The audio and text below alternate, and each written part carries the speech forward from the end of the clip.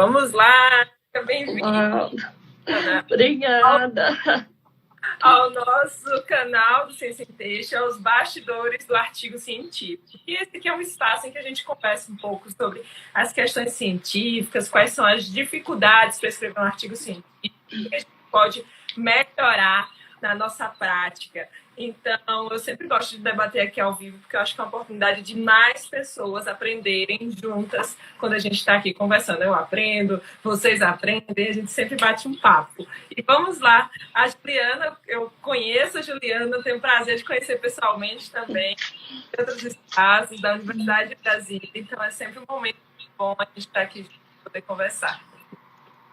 Obrigada pelo convite. Morrendo de vergonha, como eu falei inicialmente. E é um prazer, né, estar conversando com você novamente.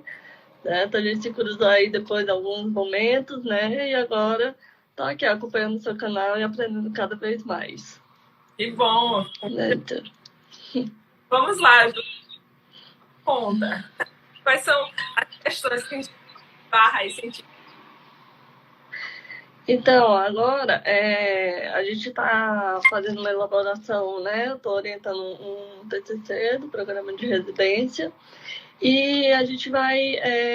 a ideia é elaborar um instrumento de avaliação. A gente ainda não sabe ao certo, a gente está fazendo a revisão, levantamento, se vai ser diagnóstico, triagem ou avaliação, né? Sobre cuidados paliativos. E vai ser a partir de uma revisão integrativa. Então, de estar aqui buscando, né, reforçar para ver se a gente está no caminho certo dessa revisão. Então, a gente viu que a primeira parte ia ser a identificação das variáveis que levam em questão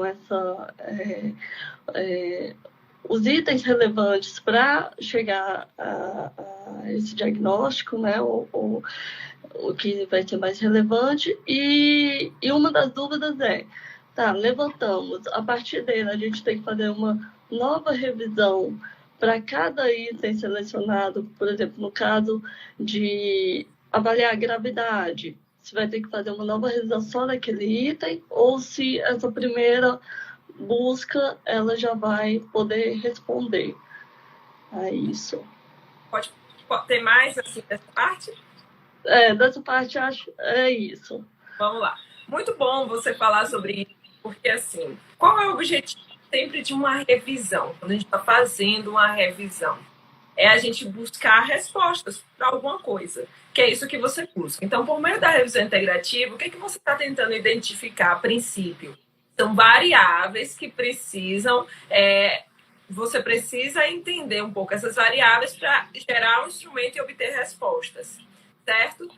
O primeiro ponto que a gente deve sempre considerar é como que a gente consegue identificar instrumentos parecidos com aquilo que a gente quer. Então, você precisa ter, primeiro ponto, antes da gente pensar nas variáveis, dentro da sua busca, da sua estratégia de busca, um recurso que busque esses instrumentos. Então, por exemplo, você vai trabalhar com cuidados paliativos de pacientes com câncer.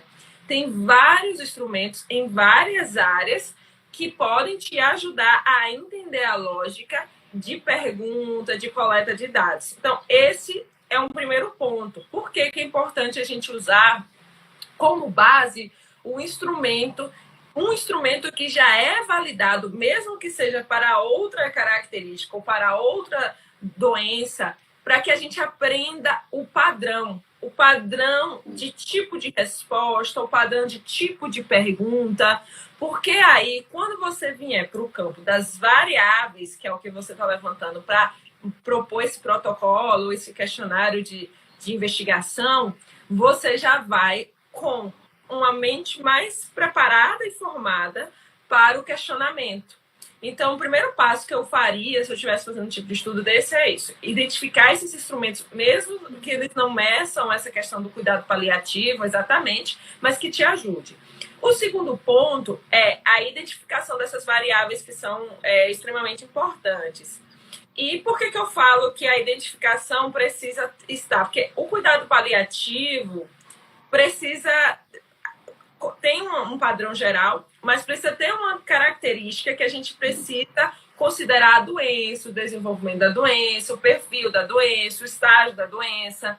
Então, essas características podem ter algum tipo de variação conforme o tipo de doença. E aí entra essa pergunta, essa questão das variáveis que você está me falando. Por quê?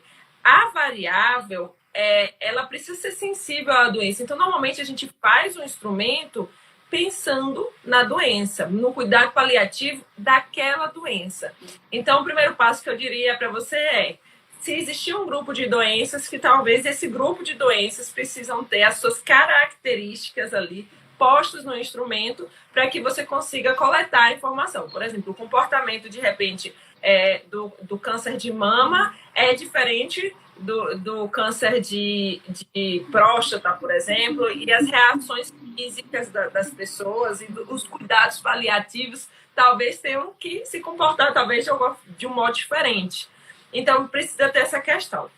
O segundo ponto é, se você acha que sua revisão precisa de outras respostas em relação para além do desenvolvimento do instrumento, você precisa fazer uma outra revisão.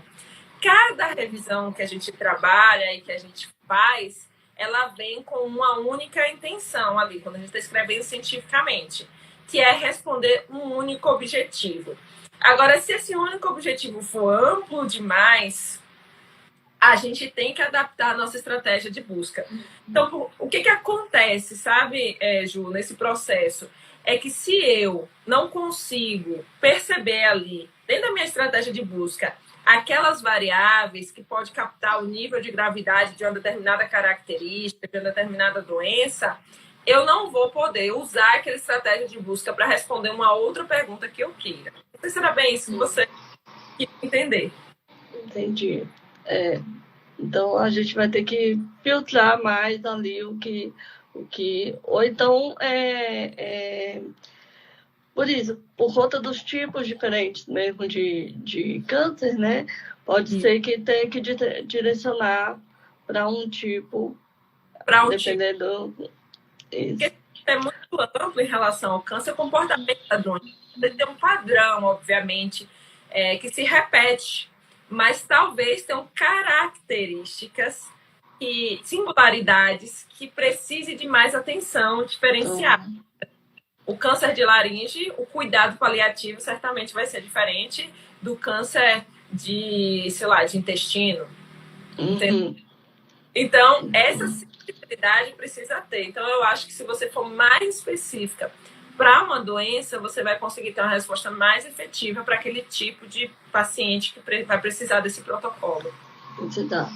Certo. E teve em um momento do levantamento, né, de como conduzir a revisão, de que você pode, por exemplo, um instrumento que já é validado, tudo que pode captar um item daquele, caso você identifique, por exemplo, sintomas gastrointestinais. Então, você já capta aquele item que já está elaborado daquele instrumento e utilizar. Você utiliza da mesma forma ou você adapta como se fosse um copia e cola, né? Pelo que eu li assim.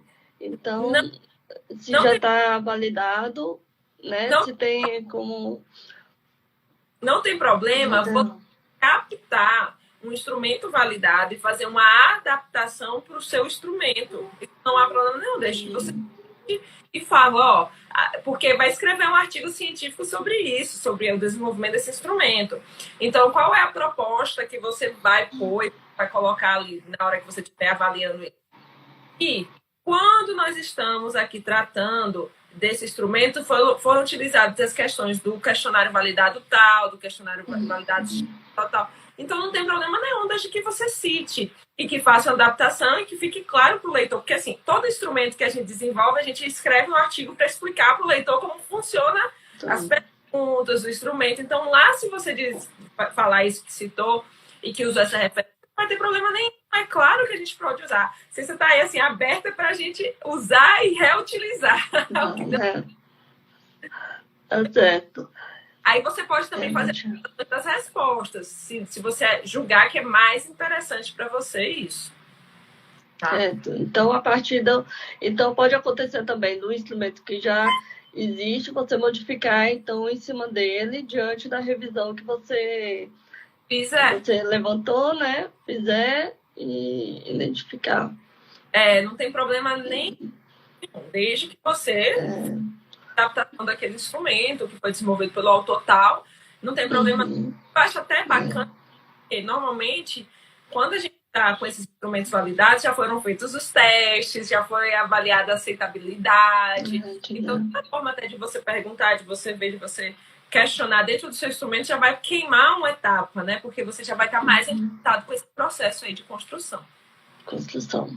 Tá. Que o que a gente, assim, essa questão, né, foi até levantada, porque chegou o momento da gente aplicar, né, um instrumento nesse tipo de paciente, ele não dá a resposta, com mais uma resposta nível curativo de recuperação do que essencialmente ali o momento em que ele se encontra, né? Então a gente viu que o instrumento que a gente tem, ele não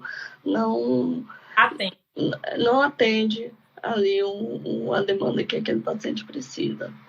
Aí, então, esse ponto, instrumentos validados ajudam a gente, porque o jeito que a gente pergunta, o tipo de pergunta, e pode observar que quando a gente está mensurando nesses instrumentos a gente quer um tipo de resposta, as perguntas, elas se repetem de uma forma diferente. Então, os instrumentos têm essa questão justamente para levar ali o paciente a responder aquele ponto que a gente tem dificuldade de coletar. Então, é a mesma pergunta de uma forma diferente. Então, é bom perceber isso justamente para a gente conseguir ter essa sensibilidade de captação. Então, os instrumentos validados ajudam a gente nesse direcionamento quando a gente quer construir um novo instrumento. Tá ótimo. Então, isso aí, vamos ver. Aí a gente viu que tem as etapas, então, então mesmo se a gente, por exemplo, a gente identificou esse instrumento, adaptou, ele vai ter que ser validado o seu conteúdo novamente. Então, passar por todos os passos, né? De avaliação de juízes, né? De reprodutibilidade, tudo isso, né? Depois que você montou o seu instrumento, ali você vai ter que passar, assim, por todos esses passos de validação do instrumento. Até em que você também, você vai ter que ter ali um padrão ouro, vamos dizer assim, que você vai ter que observar. É claro que aí vai depender de várias questões, né? Quando a gente está validando o instrumento, a gente tem que medir capacidade de responsividade, como você falou, a questão dos juízos, a questão da gente aplicar para avaliar se a comunicação está adequada do próprio instrumento. E aí também é legal, se você tiver condições e tiver viabilidade para isso, é legal a gente pensar em um padrão ouro para avaliar a sensibilidade do instrumento, ou seja, a capacidade dele, porque a responsividade vai medir ali a capacidade de resposta, mas é a capacidade dele de dar um diagnóstico final. Eu não sei se isso é a intenção do seu instrumento, né? Se você vai gerar uma pontuação ao final. Então, a gente precisa também perceber, conforme o tipo de instrumento, se a gente não vai depois avançar para um estudo de validação, certo? Desse instrumento. Então, isso é interessante também. Isso. E essa definição, por exemplo, do score, a gente pode decidir ao final se a gente vai finalizar dessa forma. Se vai finalizar do caminhar. Ou se a gente define já agora nos objetivos que vai ter um score. É bom definir agora. Por que é importante definir agora? Porque você precisa pensar como que você vai gerar e vai mensurar essa pontuação. E os domínios que você pode querer criar. Pode ser um questionário único, um instrumento único, em que a gente vai ter, sei lá, 10 perguntas e você vai tentar mensurar. Ou pode ser feito por domínio. E cada domínio tem um tipo de classificação que você vai querer fazer uma ponderação ao final para ter esse resultado. Então, Tudo isso precisa ser pensado agora justamente nesse processo de avaliação da revisão da literatura, para entender um pouco. Porque, por exemplo, ó, o estadiamento da doença. Será que o estadiamento da doença não pesa no cuidado paliativo? É um questionamento, né? Que eu estou levando a refletir. Então, se o estadiamento da doença pesar, isso precisa ser considerado no seu questionário. Talvez como um domínio, ou talvez como uma pergunta que pese um pouco mais. Tem que ver o tipo de escala que você vai querer obter a resposta. Normalmente as pessoas fazem muito escala Likert, que é aquela de baixo, muito, muito baixo, baixo. Alto, muito alto, enfim, dependendo, né, do tipo de classificação ruim. Então, acho que precisa pensar agora, sabe? Nesse planejamento. Agora sim, pensa em algo que vai realmente captar. Talvez, eu não sei quanto tempo tem a sua aluna aí para o TCC, essa maturação dos domínios precisa ser feito paralelamente. Talvez ela apresente aí para o TCC dela um resultado parcial desse instrumento, a proposta do instrumento, fase 1 do instrumento, mas eu acho que essa parte do domínio, você propõe agora, mas você testa para avaliar se ele vai ser capaz de dar esse tipo de resposta. Porque depois você talvez precise fazer algum tipo de adaptação. Tá. Pode ser um segundo momento, né? Então, Pode ser no segundo. Mas é interessante que você planeje agora. Teste, entendeu? Mas que você planeje agora, porque faz muita diferença na construção da pergunta.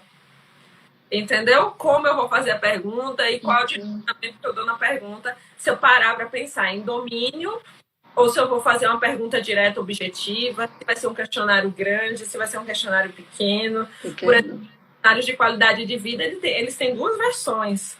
O grande e o curto. Isso. Então, isso é esperado. Tá certo.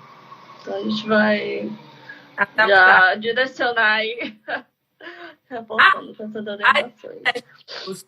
Que vocês montaram. Aí eu queria conhecer um pouquinho até mais do trabalho. A estratégia de busca que vocês montaram, vocês consideraram incluir... vocês fizeram primeiro uma avaliação do PRESS, dessa estratégia, depois um pouquinho para aprofundar. E, além disso, vocês consideraram incluir esses instrumentos à parte? Em que fase vocês estão agora do TCC, do TCP, só para entender? A gente está bem no início, a gente fez uma a primeira busca respondendo a pergunta principal, né? Quais sobre suporte nutricional nos cuidados paliativos. Então, diante disso, que a gente observou que não tinham instrumentos que respondiam, né, se identificar, né, no suporte, e agora a gente está vendo que agora que está na leitura dos artigos por completo, né, dos que foram selecionados, para identificar justamente essas variáveis. E aí a gente foi e ia buscar fazer um outro levantamento dos instrumentos que já tem, como que eles foram elaborados, para ver como que faz a construção dos domínios, né, identificação dos itens, identificação de gravidade, né? Então, a gente vai fazer outro levantamento só sobre instrumentos de triagem ou instrumentos de diagnóstico, para ver como foi essa construção. Aí que a gente viu que tinha essa diferença. Alguns foram feitos elaborados a partir de uma revisão, e outros foram elaborados a partir do estudo transversal, ou do ensaio, né, de como que esse instrumento foi, de identificação dos fatores de risco para a construção de um instrumento. E esse é um projeto que vocês querem, ou vai ser um projeto pontual? Não, ela quer dar continuidade. Né? Aqui foi o pontapé, vai ser o TCC, né? O TCC, mas assim, eu digo depois, né, desse processo. Por que eu pergunto? Porque é interessante essa sua fala, porque na sua fase piloto da construção do instrumento, que você vai fazer, que vocês vão fazer agora, que a sua aluna vai fazer agora, é bacana a gente perceber aí nesse nosso processo, né? Que depois o piloto pode incluir perguntas, aí vai ter que passar tudo isso pelo Comitê de Ética e Pesquisa, né, obviamente, mas pode ir perguntas que estão relacionadas ali, naquele nosso processo, com esses fatores de risco. Porque, assim, a revisão, ela é capaz de dizer para a gente o que é mais frequente.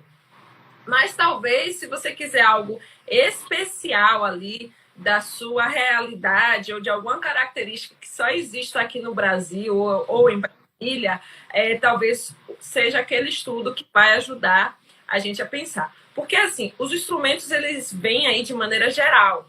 Isso é maravilhoso para ajudar a gente. Mas aí tem questões muito peculiares, né? Por exemplo, Brasília tem características de ambiente, de espaço, muito diferente do resto do país. Então, pode ser que precise de uma pergunta mais sensível se você quiser obter algo focado para a sua realidade e que as pessoas possam adaptar para outras realidades. Então, talvez seja muito importante. Ó, a Débora falando aqui. Ó, Débora, né? Oi, Débora. A Débora trabalha comigo. A gente trabalha junto, uma da outra. Que bom. Muito bela. Eu queria... Você tem mais perguntas? Pode fazer, porque senão eu queria só botar uma... Agora dos fatores de risco, então de ser uma... Então podem ser estudos complementares, né? A revisão a primeira e fazer já a aplicação do... Ou levantamento ou um estudo... fazer um estudo original, né? Um transversal, um post de fatores. Se eu fosse você nessa prática, você, como já é pesquisadora, tá? Que já aprendeu alguns caminhos dessa jornada, eu, se eu fosse você, ia fazer uma proposta aí de um projeto de pesquisa contínuo. Em que sentido? A primeira fase é essa, você enquanto pesquisador e os seus alunos de TCC, aí, TCP, chegando e iam se agregando a essa fase.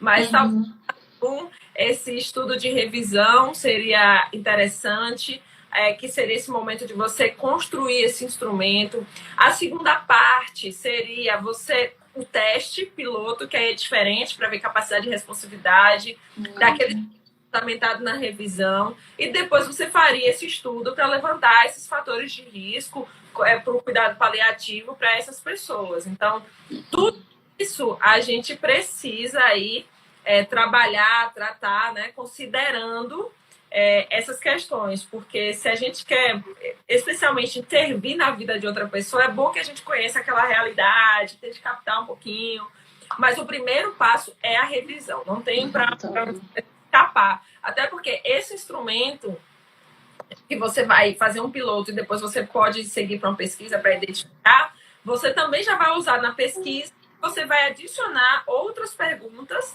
que você vai levantar fatores de risco. Então, você vai aliar uma pesquisa para dois tipos de resposta. Um para identificar fatores de risco, que pode ser a coorte, pode ser o estudo transversal, dependendo do que você vai tratar, e o outro para poder, e junto com isso, para poder validar o seu instrumento. Então, super válido. Tá ótimo. Se tiver pergunta, espaço aqui. Agora que eu acho que já sonou de início que a gente precisava. Então eu vou pedir só assim, um pouquinho de paciência sua, que eu tenho as perguntas da caixinha. Aí eu gosto de responder o pessoal que sempre pergunta por aí. Questão. Ó, abrir aqui para ver. Ó, tem essa pergunta aqui. A planilha está com todos os artigos para a revisão temática, está pronta. Alguém colocou, qual é o próximo passo? Isso aí é bem bacana, eu acho que até casei com o tema que a Ju trouxe hoje, da revisão. Bem, quando você está lá construindo a sua revisão e que você está trabalhando com aquela informação, qual é o primeiro passo? Fazer a pergunta de investigação, montar a estratégia de busca, leitura de títulos e resumos, e depois que a gente lê esses títulos e esses resumos, a gente deve construir essa planilha síntese. E aí a planilha síntese vai envolver o quê? Tudo aquilo que você quer cientificamente obter uma resposta. A gente vai ter uma característica dos estudos, como autor, ano de publicação, informações básicas, mas logo depois a gente vai entrar com informações mais aprofundadas, que vem o tipo de estudo, a questão dos resultados principais. E aí, quando você tem os seus resultados principais, é interessante você pensar, se for um estudo epidemiológico, que se você estiver fazendo uma revisão sistemática para estudos epidemiológicos, que pode ser de pesquisas qualitativas, você precisa trazer a medida de associação que está sendo trabalhada ou a medida de frequência, para poder a gente ir para a meta-análise, se for o caso. Então, o próximo passo, quando a gente tem uma planilha pronta, é analisar os nossos dados perante os resultados que a gente tem. Então, se for um estudo que a gente vai trabalhar a informação no nível quantitativo, vai ser a meta-análise. Se for o estudo que até se enquadra um pouquinho, talvez, nesse perfil do estudo da Ju, a gente vai trabalhar aí uma descrição dos dados, ou seja, uma informação de maneira descritiva. E é legal a gente agrupar as respostas por tipo de resposta. Por exemplo, se eu estiver tratando aqui, trabalhando, você no caso aí, né, Ju, dos instrumentos, você está vendo ali as variáveis, talvez o grupo de resposta para identificar essas variáveis deva ser dividido em características sociodemográficas, características de tratamento, características de acompanhamento. Então, é interessante você montar grupos que ajudem a gente a ter resposta, que também é essa pergunta aqui. Então, o próximo passo é você organizar as ideias para você conseguir trazer uma resposta mais efetiva para o seu leitor. Então, é quando a gente começa a escrever um pouquinho a seção de resultados, além daquela caracterização toda, né? De dizer quantos artigos recuperou, qual é o artigo de cada tipo de estudo, enfim, uma caracterização geral, a gente vai para uma etapa que é agrupar as informações de uma maneira mais prática e objetiva, pensando aí na nossa necessidade. Deixa eu ver aqui, só aqui mais algumas perguntas que tem aqui. Essa aqui é bem legal. Estudos com dados secundários, precisa de passar pelo CEP? Pergunta super interessante essa, porque volta e meia as pessoas perguntam isso. E assim, se você pegar o dado lá do sistema de informação, ou o dado da Pesquisa Nacional de Saúde, ou ainda você coletar uma informação que está disponível em qualquer outro espaço público que qualquer pessoa pode acessar, não precisa passar pelo Comitê de Ética e Pesquisa. Totalmente dispensado.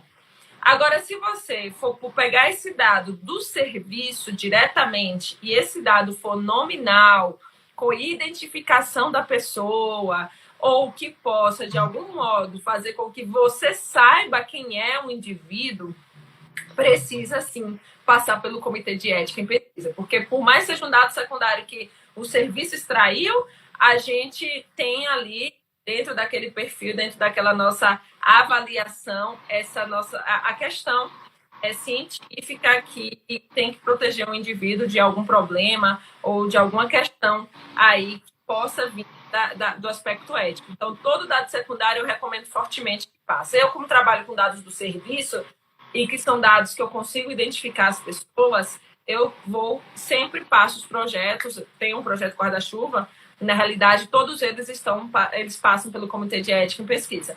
Poderia, talvez, pegar lá no DataSUS direto o dado, né? Mas eu prefiro passar porque eu sei que eu tenho uma informação privilegiada. Então, por isso, a gente precisa ter essa maturidade, obviamente, de conseguir avaliar isso. Deixa eu ver aqui só mais uma pergunta que tem aqui. Essa pergunta é uma pergunta interessante. Porque o artigo científico ele é sempre uma incógnita, né? E aí a pergunta é qual o tamanho mínimo e máximo de cada seção? Se eu puder lhe dizer, assim, a pessoa que perguntou, se eu puder lhe dizer um tamanho mínimo e máximo, se existe, eu diria que talvez não existe assim, um mínimo, um máximo, mas existe um padrão que a gente espera para que não seja cansativo. Se põe no lugar do leitor. Vamos imaginar o leitor está aí vendo o seu trabalho, assistindo aquilo que você está fazendo, e aí você coloca um artigo de 30 páginas. Aí ele tem que estar muito determinado para ler o seu artigo, né? Tem que querer muito ler aquele conteúdo. Já pensando de maneira mais prática, eu diria que um artigo ideal é que tenha aí 8 e 15 páginas, tá?